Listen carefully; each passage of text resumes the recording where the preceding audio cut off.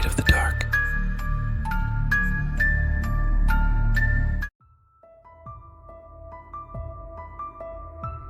In the early 80s, when computers and mobile phones were still unimaginable luxuries, we barefoot kids had far more fun than today's youngsters. There were no computers or cell phones, but we had countless outdoor games that brought us joy and laughter.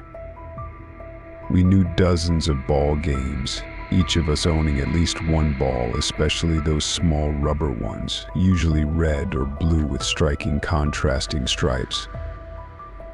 I remember summer evenings in the courtyard when we would take out our simple but endlessly precious childhood treasures and forget about everything else.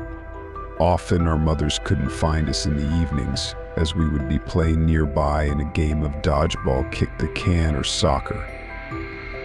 The older kids never shooed us away, instead letting us join in their activities and keeping an eye on us. We rarely ventured beyond the courtyard because behind our house stretched a vast weed-covered vacant lot, bordered by newly planted trees intended to adorn a new road. Our parents strictly forbade us from playing near the construction site, so we stuck to playing on the vacant lot just behind our house, where we could be seen from the windows. Surprisingly, we never felt the urge to explore farther. I can't explain it, but we just weren't drawn to the vacant lot. Even though kids usually love such places, they're like playgrounds compared to regular courtyards. Be that as it may, from time to time we would sneak into the thickets of burdock and sorrel, playing hide and seek or war games. As soon as the soft summer twilight began to settle in, we would all rush back to the courtyard, as if avoiding the creeping shadows spreading across the vacant lot, despite the fact that the sun was still far from setting. On one scorching day in dusty July, our motley gang set out to the vacant lot in search of some relief from the heat. The older kids settled under the shade of elderberry bushes, lazily playing dominoes, while some dozed off. Meanwhile, we, with shouts and laughter, dashed through the burdock, throwing burrs at each other. Without much enthusiasm, the heat was making us drowsy. Suddenly, Vinny, my buddy, froze in place, squinting into the distance and yelled, "What's that?" The older kids peeked out of the shade, squinting in the sunlight. "What do you see?" "Found something." Excitedly, Vinny pointed towards the center of the vacant lot. "Look over there, do you see it?" Yes, now we all saw it. In the shimmering heat haze, floating hot waves above the ground, there was a window, literally a window. It hung about a meter above the grass and weeds, as if reflected in water, with faintly blurred outlines, and its shutters were open outward, inviting a peek inside into the darkness. Gathering around in a huddle, we approached the incredible sight, with murmurs of disbelief. "What's this?" "Wow, a mirage, huh?" Cautiously getting closer. The window didn't vanish, on the contrary, it became clearer, more real. Pausing a few meters from the marvel, our gang held its breath, torn by conflicting feelings. On one hand, we wanted to touch it to confirm the materiality of the vision, and on the other, it felt like a dream, a hallucination. Straining our eyes into the cool twilight hiding behind the window, we noticed some movement. There, in the somehow existing room, was a child sitting on the bed and playing with toys. Who knows how long we would have watched him, and what other wonders we would have seen if not for Vinny yielding to a sudden childish impulse. He threw his red and white striped ball straight through the open shutters.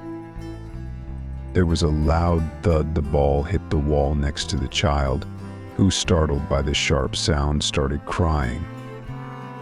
Before we could react, a woman rushed into the room at the sound of the child's voice, picked him up, and turned towards the window. Frozen like statues, we stood with gaping mouths, watching this little domestic scene, so unusual in this situation. the woman also stared silently at us with a strange expression on her face, as if not believing her eyes. And then the window simply vanished. Just like that, without a bang, click, or smoke, all those special effects that movies bombard us with had disappeared as soon as we blinked. Upon regaining our composure, we excitedly buzzed around, scouring the wasteland where we had seen the window, turning over every bush and trampling every blade of grass, but found nothing that could help us understand the mystery we had witnessed. And what were we hoping to find? A portal to another dimension, an object serving as a catalyst for spatial distortion. We needed to find some semblance of a reasonable and understandable explanation for this marvel that had left us so shaken. Needless to say, our conversations that summer revolved around this incident, endlessly discussing it over and over again, each time crafting increasingly outlandish theories. The adults treated our stories with skepticism, believing that the children were overheated or impressed by an unusual mirage. Whenever Vinny objected, pointing out that the ball was left behind in the window, he was invariably met with the response that he was responsible for his own lost toys and couldn't blame it on someone else. As autumn approached, we dispersed to kindergartens and schools, new events overshadowing the vivid summer memory. Nearly 30 years had passed, and our dear remote outskirts had become densely populated with houses, expanding as the highway now roared beneath the windows of new buildings, no longer a bypass but an integral part of the city.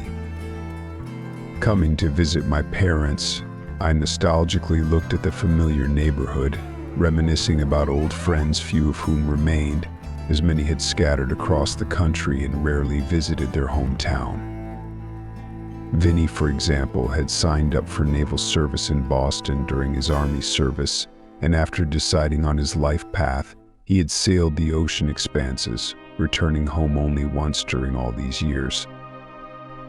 Therefore, you can imagine my joy when I was informed that the brave sailor had come on vacation with his wife and little son. Vinny, my old friend.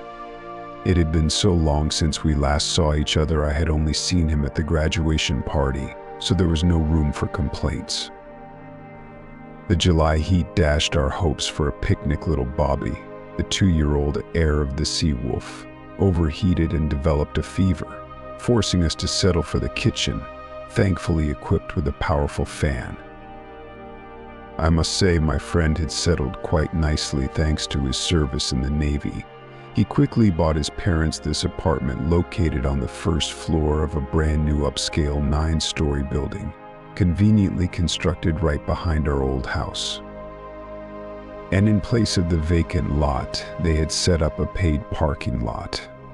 So as Vinny put it, his folks could comfortably thumb their noses at the bourgeois, because from one of the room's windows, they had a view of rows of shiny metal beetles reflecting the dazzling sun. He sent his parents to a sanatorium for a month, deciding to relax here himself for a week before heading to the sea. After the customary greetings, exclamations, and hugs, Vinny and I settled down at the table and embarked on a voyage through the waves of memory. Helena, his wife, joined us, occasionally stepping into the adjacent bedroom to check on their little boy, who was quietly playing with his toys on the bed. The conversation flowed leisurely, with only a bit of beer on the table, so our gathering couldn't be called noisy. It's no wonder that, speaking quietly, we easily heard the clattering sound coming from Bobby's room, followed by his crying. Pausing mid-sentence, Helena sprang up and rushed to him, throwing over her shoulder that we shouldn't worry. Perhaps the little one had just dropped something. We nodded in agreement and resumed our conversation, involuntarily listening to what was happening behind the wall. A minute later, Helena returned with her son in her arms, pale as a sheet, and struggled to say, "Guys, you won't believe it."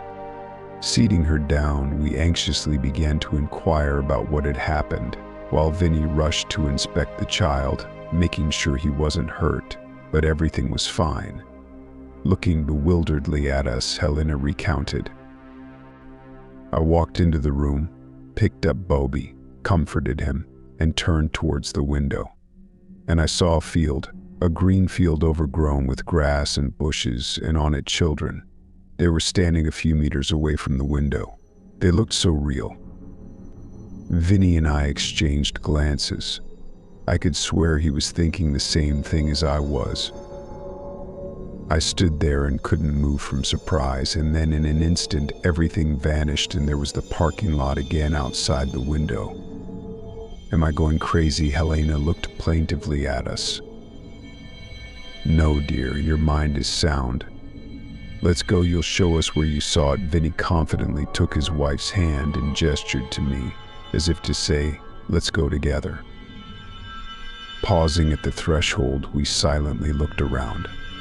It was an ordinary urban room in an ordinary urban apartment. Bright walls, trendy spotlights on the ceiling, minimal comfortable furniture, or rather, just one bed and a dresser with a mirror.